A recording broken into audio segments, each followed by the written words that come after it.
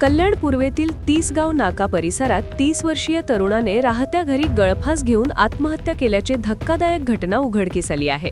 आयश विश्वनाथ अमीन असे मृत तरुणाचे नाव आहे.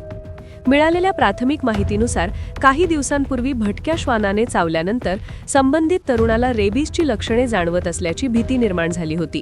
त्यामुळे तो मानसिकदृष्ट्या अस्वस्थ झाला असल्याचे सांगितले जात आहे.